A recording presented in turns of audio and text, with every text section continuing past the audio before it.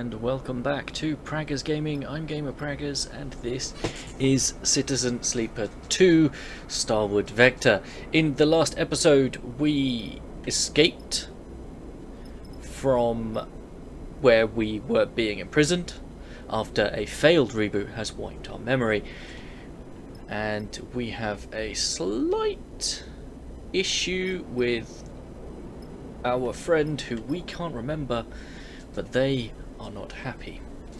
We've also got a problem with the ship. The fuel lines are... where is it? The fuel lines are broken, so we need to get some more. So we need to head down to Factory Row, I believe. So we can search the row. So, okay, so the interchangeable arrows, which are neither of those. Okay. Yes, so let's do a 4 here. Okay. New location discovered. Swift scrap sol. Okay, so we can sell raw scrap, but we don't have any. Data diffusal shift, which is an interface, so we would get a bonus on that. Is that a +1? It is a +1. Okay. No, we're gonna use the 6. The 5, sorry. No, it is a 6, isn't it? Okay. Let's pop the 2 in. It's risky, but we got 7 cryo. Okay. We don't get anything from that, so eat at the canteen. We're okay on energy, so trade hall, yeah, and the docks.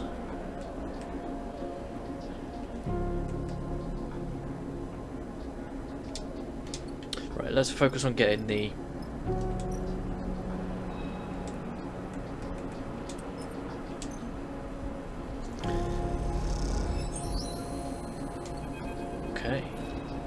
Factory Row howls as you glide through its cramped passages. Whatever its many bays and rooms once were, they now serve as containers for industry of every kind. Whirring factories precisely engineer components with rapidly shifting arms, while scrappers hammer incessantly at bent ship plates. Everywhere you look there is energy and activity, and for good reason. Hexport itself is built on the derelict fragments of a solar reflector. Even the small amount of energy generated by its remaining mirrors is enough to power a city of machines. It is familiar to you, of course, in a strange, far-off way, because of Darkside. That place and your memories of it are a muddy haze, but it is hard to forget the glint of its hexagonal reflectors, 10 or 20 times more in number than Hexport's, and that wild, flickering city growing on their back like a tumour. In comparison, Hexport feels provincial, but deep in Factory Row you can almost be back in Darkside. And then you see them, tubes, just like those Seraphine had waved in your face, the feed lines. You push over to the display window of the unit marked Carston's Supply in block capitals cut from hull plate. There, amongst an angled shelf of oversized ship components, sit the feed lines, like some large biomechanical tangle of snakes. You slip inside where the sound of Factory Row is a little screened, and spot a large figure working at a bench, hunched over, concentrating. It seems he doesn't notice you enter. Hello? A sharp eye glints as the figure looks over his shoulder. Can I help you? His accent is heavy and unknown to you. Those feed lines, how much? There's a sharp clink as Carston places his tools and component against a magnetic plate on the wall. He turns with surprising grace and begins cleaning his hands on a cloth. Those sharp eyes scan you, but Carston's thick-set features do not betray the result of his assessment. Custom built those, for a client that never collected. He looked at his hands while he speaks, checking for stray oil stains. You have one of them old MEVs then? He sounds out the letters in a way you don't recognize as he speaks. You try to recall something you know about your ship, but the memories elude you. Perhaps Seraphine should have come along.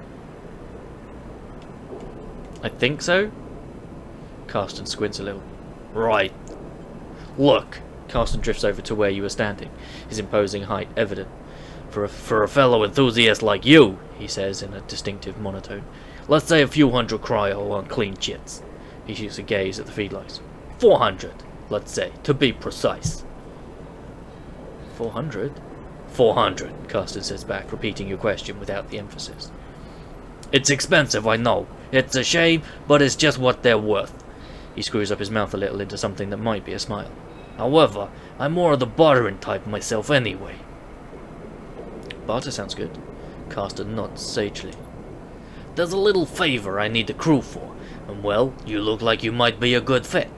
He tucks the cloth away in a pocket and clasps his hands. I know of an old Solheim wreck out there, very old, pre-collapse. It tucked away in a dead zone, so no one has ever really cut it. He shrugs. Not only that, but Solheim derelicts have a habit of triggering nasty security protocols when approached from an unfamiliar ship, so it's been left well alone. But a salvager like you, with an old Solheim rig, I bet it wouldn't even flinch if it saw you coming. He smiles. I have a special interest, a need for that old tech. All those Solheim ships had a data core, and while I don't care about the accounting reports or material ledgers or whatever they kept on the damn thing, I do care about the hardware. So if I was to find you back here with that data core in your cargo hold, clean cut and complete, well then, I could see my way to doing a straight barter for those feedlights. Carsten pauses, sniffs at the air again. You'd just need the coordinates. Simple as that?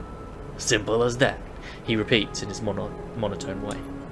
So, you interested? He glances back at his workbench. 'Cause I'm a busy man. I'll do it. Alright then. He holds out a heavy hand for you to shake, and as you automatically reach out, he grabs your forearm instead. Carsten pulls you closer, squeezing your arm. Let's keep this one between us, alright? He half smiles, his face huge and close. It's our deal. Before you can respond, he thumbs a little drive into your palm. Those coordinates? And then he lets go of your arm and what you swear is a wink. You take a moment to gather yourself, and by the time you do, a whirring fills the air, Carsten having returned to his workbench.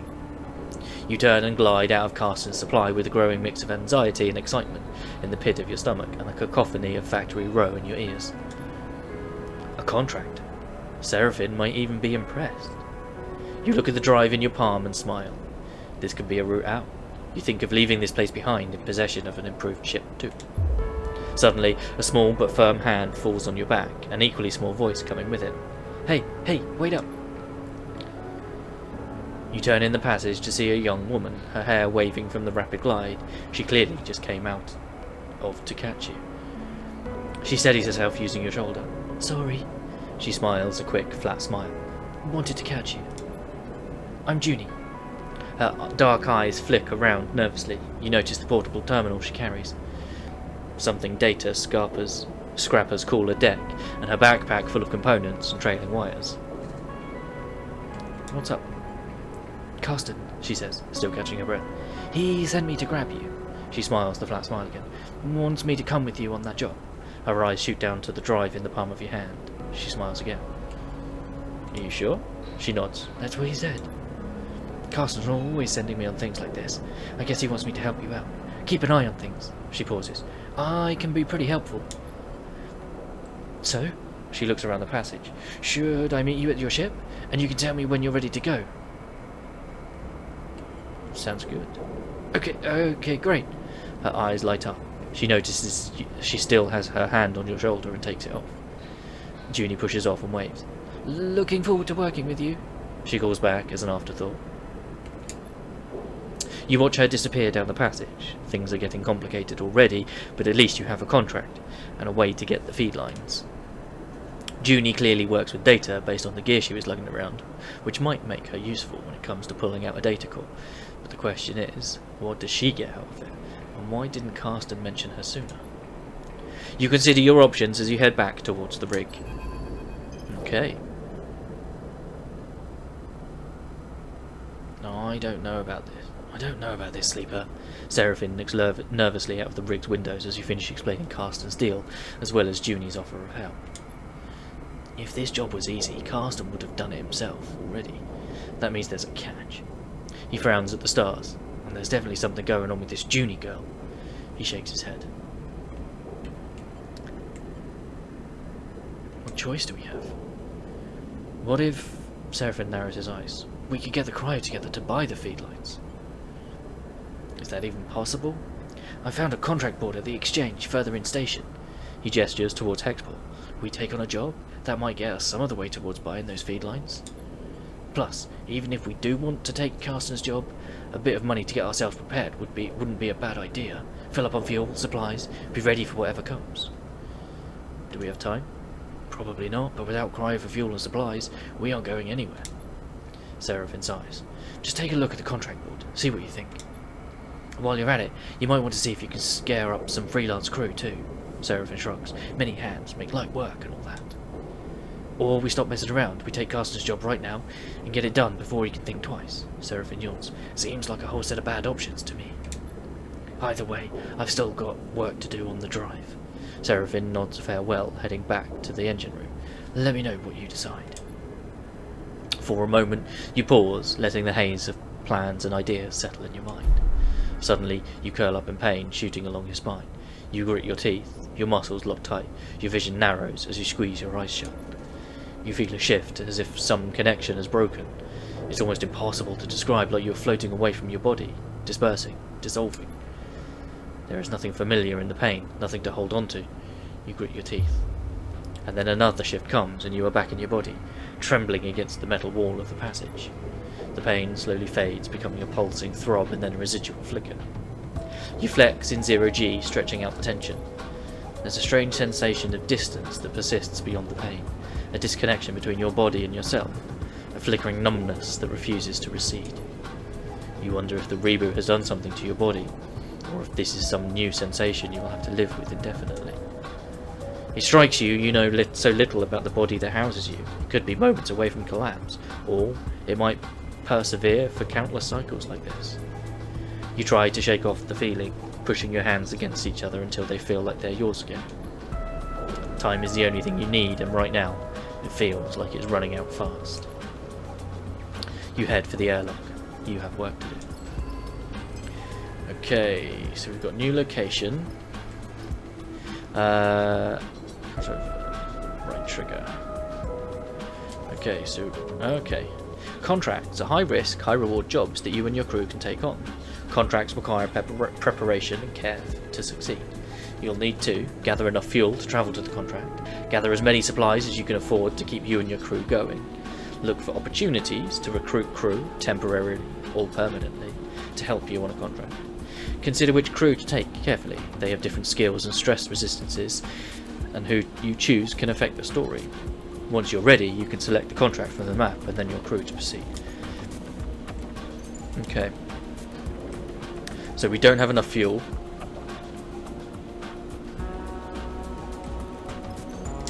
So we can't actually do anything with that. Cast a supply.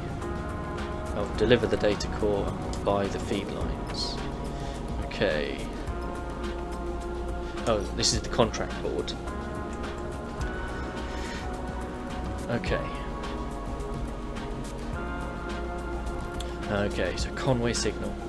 Station management have located a Conway signal. They are concerned to see one so close and are looking for someone to disable its source.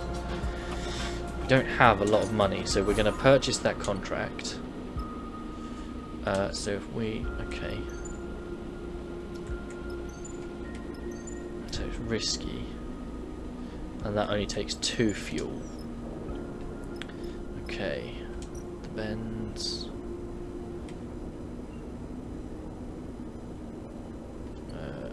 okay.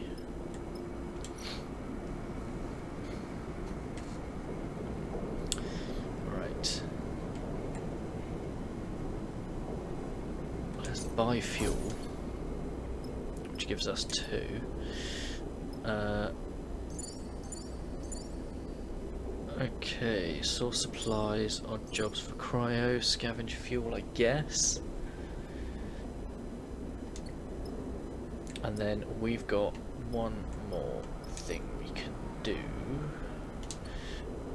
We're okay on energy, so Sell raw scrap. Guess we're gonna have to do this. It's not gonna be good. Oh, we got 7 cryo. Okay.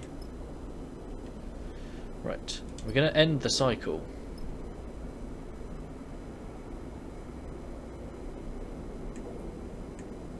Because there's not really a whole lot we can do. Galley rig engine. Yeah, we need the feed lines. The galley uses up supplies, and the box. Rest and recover. Okay, but ooh. Let's end the cycle and we'll see what happens.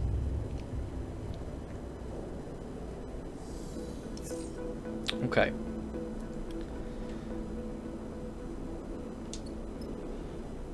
Right then. Okay. So we can't do anything with that. Several scrap, we don't have any. Okay. Let's get 1 fuel. That's all we can do. Okay. Let's do this contract. Confirm vector. Confirm. Okay. Okay, so we can only take Seraphim.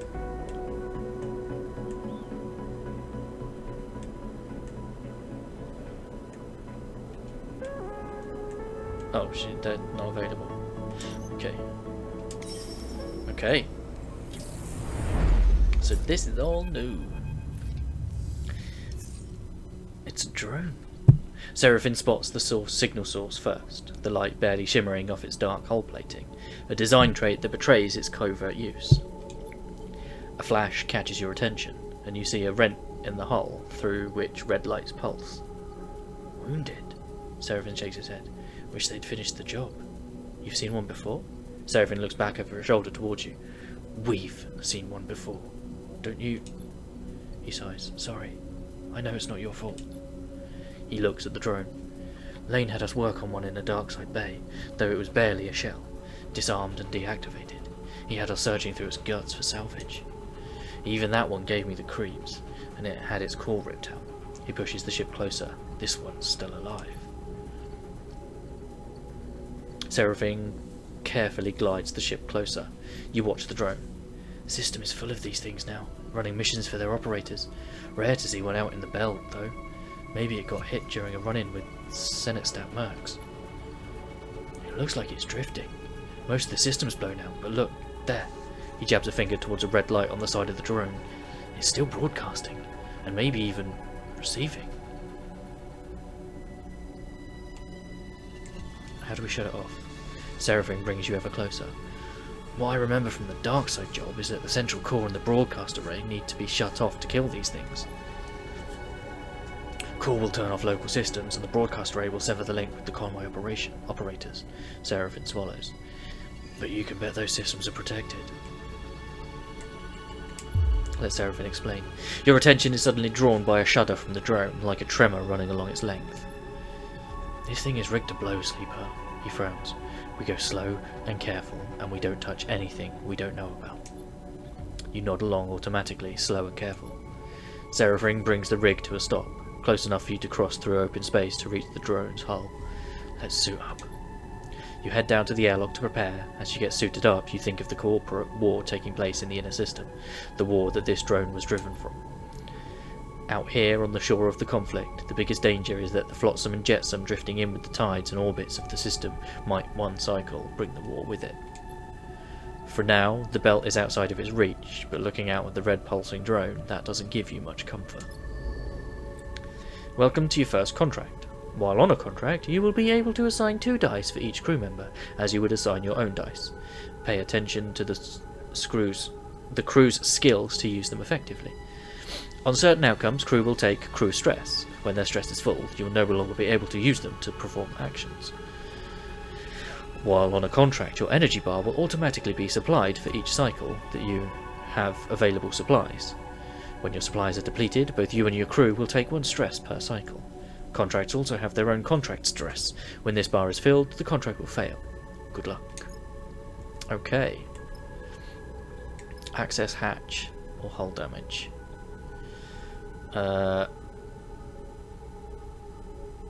Okay. Eesh. Okay. Okay. So we can use his. Oh, crikey. Okay.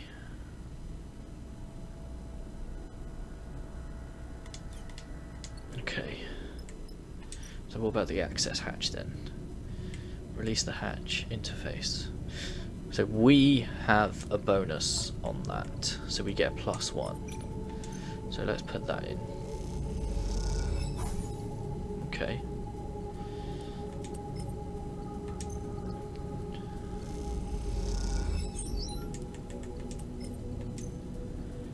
So we can only be here for 2 cycles anyway, because that's all the supplies we've got.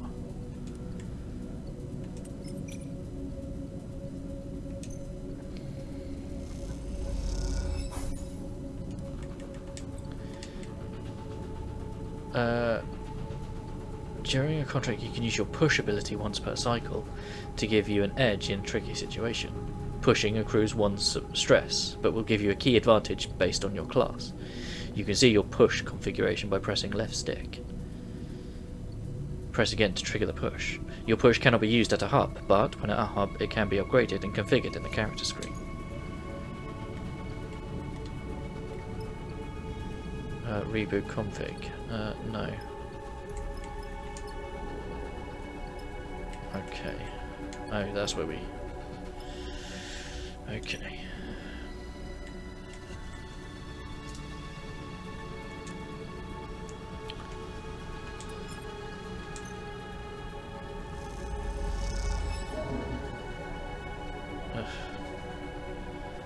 Okay. But that's only going to give us 2, isn't it? Yeah.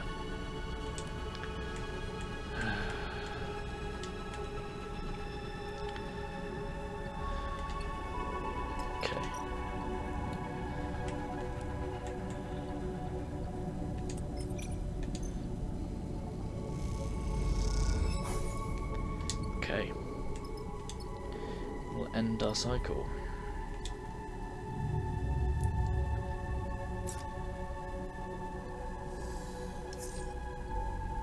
Okay. Access hatch. Okay. The 5 gives us a 6.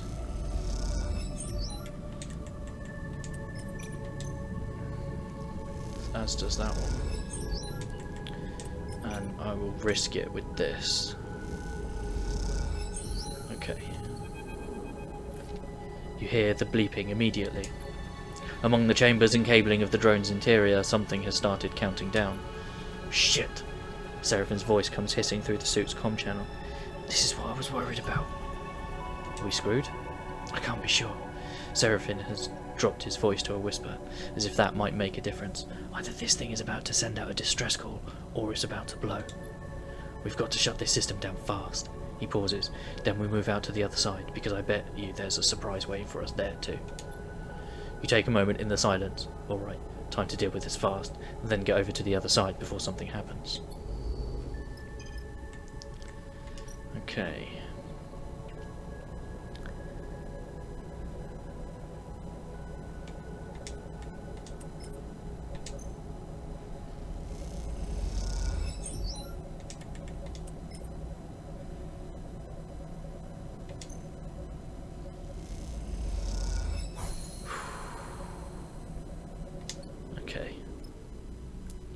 Which just leaves this.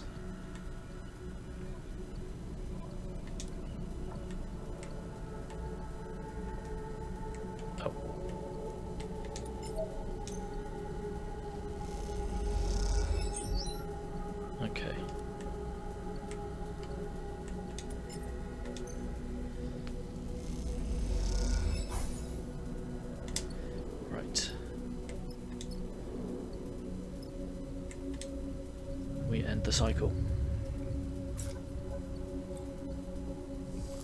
You've used all your energy and are now starving. While starving, you gain 1 stress per cycle, and any energy losses accrue stress. Eat to regain energy. Except that requires, yeah. Okay. Not great. Okay, so we can put his 5 in. Okay. We could put my 5 in. My other 5 in. You just gain some stress. As your stress increases, you will have a higher chance of taking damage to one of your action dice each time you roll them. Ah, okay.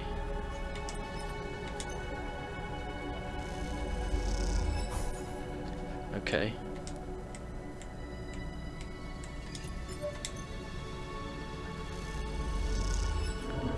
Oh, no. Okay, well... There we go.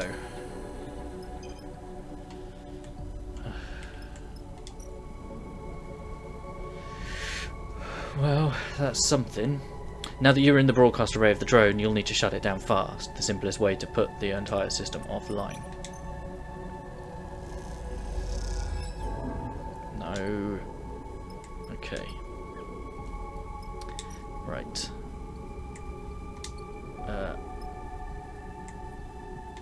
All we can do is sleep.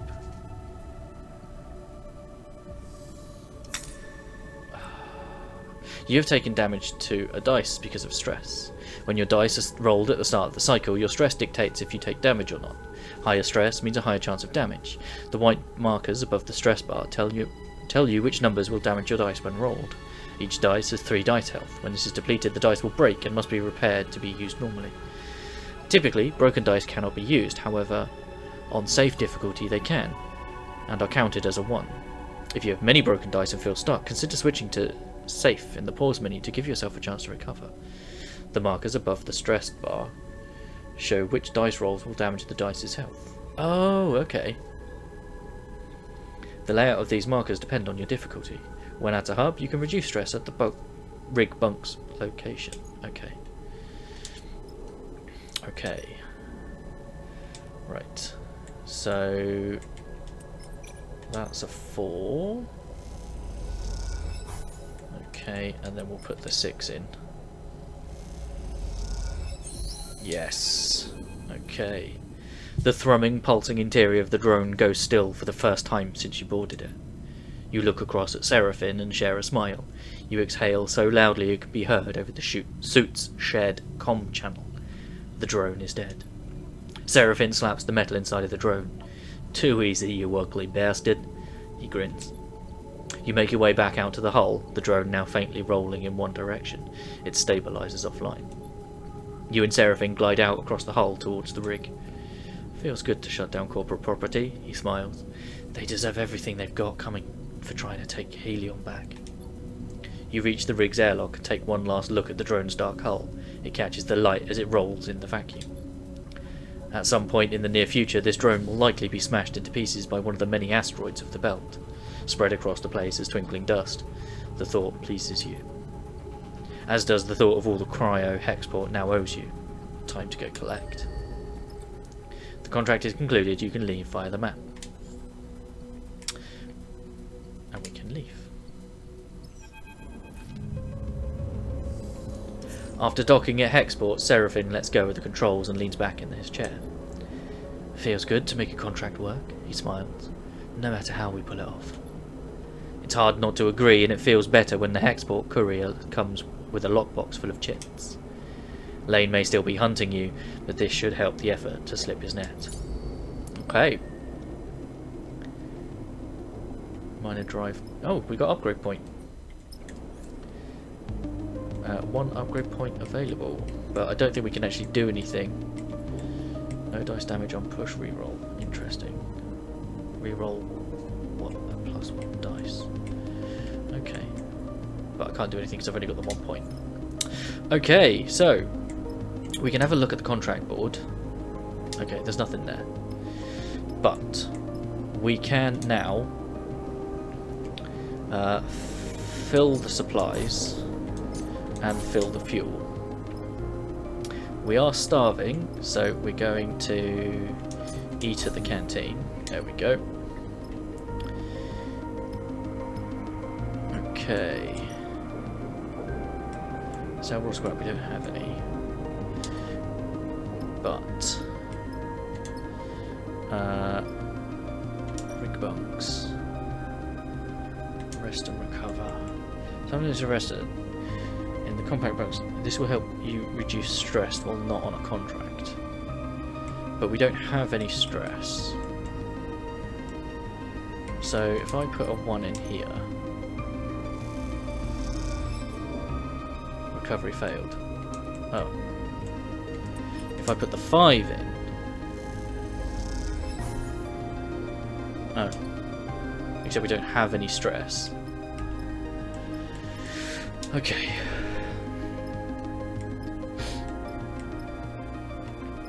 Well, unfortunately, that is all we've got time for. But, I mean, it's tempting to go for the next contract. I mean, with the number of supplies we've got, that gives us 5 cycles. But we're potentially coming back. 1, 2, 3, 4, 5. We'd then have 4 cycles left before. But that is all we've got time for. Thanks for hanging out. Don't forget to leave a like on the video if you enjoyed it. If you haven't already, please consider subscribing to the channel, ticking the bell so you know when new videos go live. I do try and get videos up every single day. In the description is a link to the channel Discord. Feel free to come and talk about the games you're playing, the games I'm playing, games in general. I'll catch you in the next one. Peace!